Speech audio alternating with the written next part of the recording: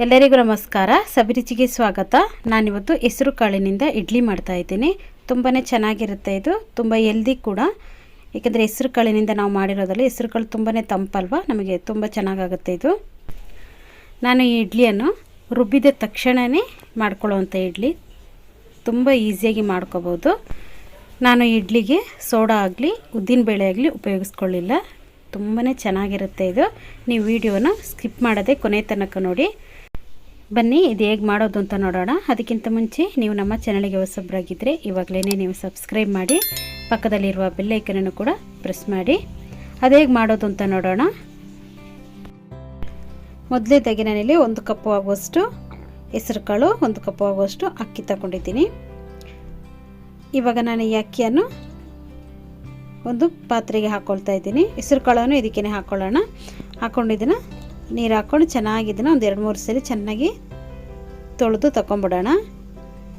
ನೋಡಿ, ಇವಾಗ ಚೆನ್ನಾಗಿ ತೊಳೆದು ಇಟ್ಕೊಂಡಿದ್ದೀನಿ. ಇವಾಗ ಇದಕ್ಕೆ ಈ ಅಕ್ಕಿ ಎಲ್ಲ ಚೆನ್ನಾಗಿ ಮುಳುಗುವವರೆಗೂ ಸ್ವಲ್ಪ ಧಾರಾಳವಾಗಿ ನೀರನ್ನು ಹಾಕ್ಕೊಂಡು ಚೆನ್ನಾಗಿ ಇದನ್ನು ನೆನೆಸ್ಕೊಳ್ಳೋಣ. ಚೆನ್ನಾಗಿ ಮುಚ್ಚಳ ಮುಚ್ಚಿ ಇದನ್ನು ಚೆನ್ನಾಗಿ ನೆನೆಸ್ಕೊಳ್ಳಿ. ಒಂದು 5ರಿಂದ 6 ಗಂಟೆ ಚೆನ್ನಾಗಿ ನೆನೆಯಲಿ.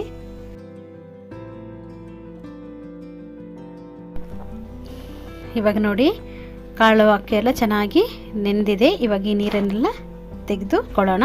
ಇವಾಗ ಒಂದು ಮಿಕ್ಸಿ ಜಾರ್ ತಗೊಂಡಿದ್ದೀನಿ. ಅದಕ್ಕೆ 1-2 ಹಸಿಮೆಣಸಿನ್ಕಾಯಿ, 1 ಇಂಚ್ ಆಗುವಷ್ಟು ಶುಂಠಿ ತಗೊಂಡಿದ್ದೀನಿ, 1-2 ಸ್ಪೂನ್ ಆಗುವಷ್ಟು ಹಸಿ ತೆಂಗಿನಕಾಯಿ ತಗೊಂಡಿದ್ದೀನಿ, 1-2 ಸ್ಪೂನ್ ಆಗುವಷ್ಟು ಅವಲಕ್ಕಿ ತಗೊಂಡಿದ್ದೀನಿ. ಅವಲಕ್ಕಿಯನ್ನು ಚೆನ್ನಾಗಿ ನೆನೆಸ್ಕೊಂಡು ಅದನ್ನು ಕೂಡ ಹಾಕ್ಕೊಳ್ತಾ ಇದ್ದೀನಿ.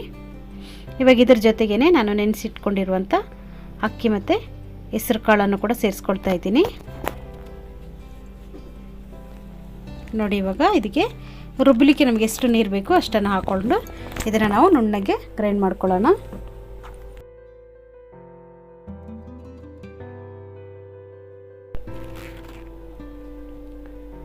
ಇವಾಗ ನೋಡಿ, ನುಣ್ಣಗೆ ಗ್ರೈಂಡ್ ಮಾಡ್ಕೊಂಡಿದ್ದೀನಿ.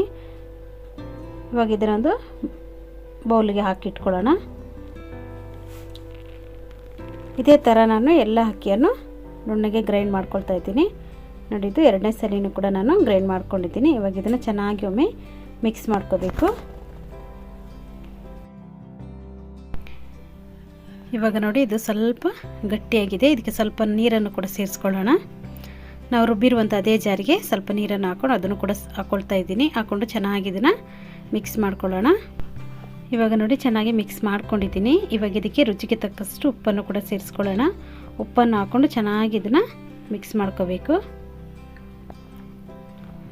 ನೋಡಿ, ಇಲ್ಲಿ ಚೆನ್ನಾಗಿ ಇದನ್ನು ಮಿಕ್ಸ್ ಮಾಡ್ಕೊಂಡಿದ್ದೀನಿ. ಅದಕ್ಕೆ ರೆಡಿ ಮಾಡಿ ಇಟ್ಕೊಂಡಿದ್ದೀನಿ. ಇವಾಗ ನಾನಿಲ್ಲಿ ಇಡ್ಲಿ ಪಾತ್ರೆ ತಗೊಂಡಿದ್ದೀನಿ. ಅದಕ್ಕೆ ನಾನು ಚೆನ್ನಾಗಿ ಈ ಥರ ಎಣ್ಣೆಯನ್ನು ಸವರ್ಕೊಳ್ತಾ ಇದ್ದೀನಿ. ನೀವು ಎಣ್ಣೆ ಆದರೂ ಹಾಕ್ಕೋಬೋದು, ಇಲ್ಲಾಂದರೆ ತುಪ್ಪ ಕೂಡ ಇದಕ್ಕೆ ಸೇರಿಸ್ಕೋಬೋದು. ನಾನಿಲ್ಲಿ ಎಣ್ಣೆಯನ್ನೇ ಹಾಕ್ಕೊಳ್ತಾ ಇದ್ದೀನಿ. ಇವಾಗ ನೋಡಿ, ಎಲ್ಲವನ್ನು ಈ ಥರ ರೆಡಿ ಮಾಡಿ ಇಟ್ಕೊಳ್ಳೋಣ. ನಾನಿಲ್ಲಿ ಹಿಟ್ಟನ್ನು ರುಬ್ಬಿ ರೆಡಿ ಮಾಡಿ ಇಟ್ಕೊಂಡಿದ್ದೀನಲ್ಲ, ಇದನ್ನು ನಾನು ಹುಬ್ಬಲಿಕ್ಕೆ ಇಡ್ತಾ ಇಲ್ಲ. ಇವಾಗ ನಾನು ತಕ್ಷಣವೇ ಮಾಡೋದ್ರಿಂದ 1 ಪ್ಯಾಕೆಟ್ ಈನೋವನ್ನು ಇದಕ್ಕೆ ಸೇರಿಸ್ಕೊಂಡಿದ್ದೀನಿ. ಈನೋವನ್ನು ಹಾಕ್ಕೊಂಡ ತಕ್ಷಣವೇ ನೋಡಿ ಈ ಥರ ಚೆನ್ನಾಗಿ ಉಬ್ಬಿ ಬರುತ್ತೆ ನೋಡಿ. ಅದಕ್ಕೋಸ್ಕರನೇ ನಾನಿಲ್ಲಿ ಈನೋವನ್ನು ಸೇರಿಸ್ಕೊಂಡಿದ್ದೀನಿ. ಇದನ್ನು ಚೆನ್ನಾಗಿ ಕಲಿಸ್ಕೊಳ್ಳೋಣ. ಈನೋ ಹಾಕಿದ ತಕ್ಷಣವೇ ನಾವು ಇದನ್ನು ಇಡ್ಲಿ ಪಾತ್ರೆಗೆ ಹಾಕ್ಕೋಬೇಕು. ಇಡ್ಲಿ ಪಾತ್ರೆಗೆ ಹಾಕ್ಕೋಬೇಕಿದ್ರೆ 1 ಮುಕ್ಕಾಲು ಆಗುವಷ್ಟು ಹಾಕ್ಕೊಂಡ್ರೆ ಸಾಕು ಹಿಟ್ಟನ್ನು. ನೋಡಿ, ಇಲ್ಲಿ ಈ ಥರ ನಾನು ಹಾಕ್ಕೊಂಡು ಇಟ್ಕೊಳ್ತೀನಿ. ಇವಾಗ ನಾನಿಲ್ಲಿ ಇಡ್ಲಿ ಪಾತ್ರೆಗೆ ನೀರನ್ನು ಹಾಕ್ಕೊಂಡು ಚೆನ್ನಾಗಿ ಬಿಸಿ ಮಾಡಿ ಇಟ್ಕೊಂಡಿದ್ದೀನಿ. ಇವಾಗ ನಾವು ಒಂದೊಂದೇ ಪ್ಲೇಟನ್ನು ಇಟ್ಕೊಳ್ಳೋಣ. ತುಂಬಾ ರುಚಿಯಾಗಿರುತ್ತೆ ಇದು, ತುಂಬ ಬೇಗನೆ ಆಗುತ್ತೆ ಇದು.